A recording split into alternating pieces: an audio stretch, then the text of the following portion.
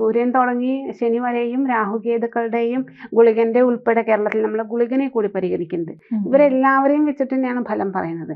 അതില് നമ്മൾ കൂടുതൽ പ്രാധാന്യം കൊടുക്കണമെന്നേ ഉള്ളൂ വ്യാഴത്തിനും ശനിക്കും രാഹുകേതുക്കൾക്കും ഒക്കെ. അത് ശനി ഒരു രാശിയിൽ 2.5 കൊല്ലം നിൽക്കും, വ്യാഴം 1 വർഷം നിൽക്കും. അതായത് കുറച്ച് നീണ്ടൊരു കാലയളവ് നമുക്ക് കിട്ടുന്നു എന്നുള്ളത് കൊണ്ടാണ് നമ്മളെ ഇവരെ അടിസ്ഥാനമാക്കിയിട്ടുള്ള ഫലത്തെ പറയുന്നത്. കാരണം ഇത്തരം മീഡിയകളിൽ കൂടി നമുക്ക് ഇത്രേ പറയാനൊക്കുള്ളൂ എന്നുള്ളതാണ്. അപ്പോൾ ഇത് അവരവരുടെ ജാതകപ്രകാരം അനുകൂലമായിട്ടുള്ള കാലമാണോ, ദശാകാലം അനുകൂലമാണോ, അപഹാരകാലം അനുകൂലമാണോ എന്നൊക്കെ നോക്കിയിട്ട് വേണം ഇതിൻ്റെ ഗുണദോഷങ്ങൾ നിശ്ചയിക്കാനായിട്ട്.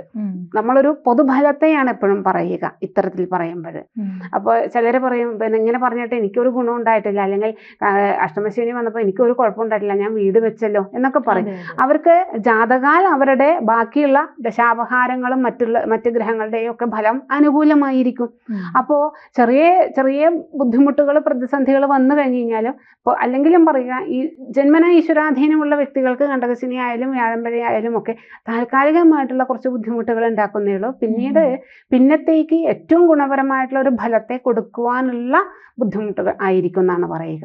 ജ്യോതിഷമോ വാസ്തുവോ പൂജയോ നിങ്ങൾക്ക് ആവശ്യമുണ്ടോ? താഴെ കാണുന്ന നമ്പറിൽ വാട്സപ്പ് ചെയ്യൂ. നിങ്ങൾ ചെയ്യേണ്ടത് ഇത്രമാത്രം: താഴെ കാണുന്ന നമ്പർ നിങ്ങളുടെ മൊബൈലിൽ സേവ് ചെയ്യൂ. അതിനുശേഷം ഞങ്ങളുടെ നമ്പറിലേക്ക് വാട്സപ്പിലേക്ക് ഹായ് അയക്കൂ.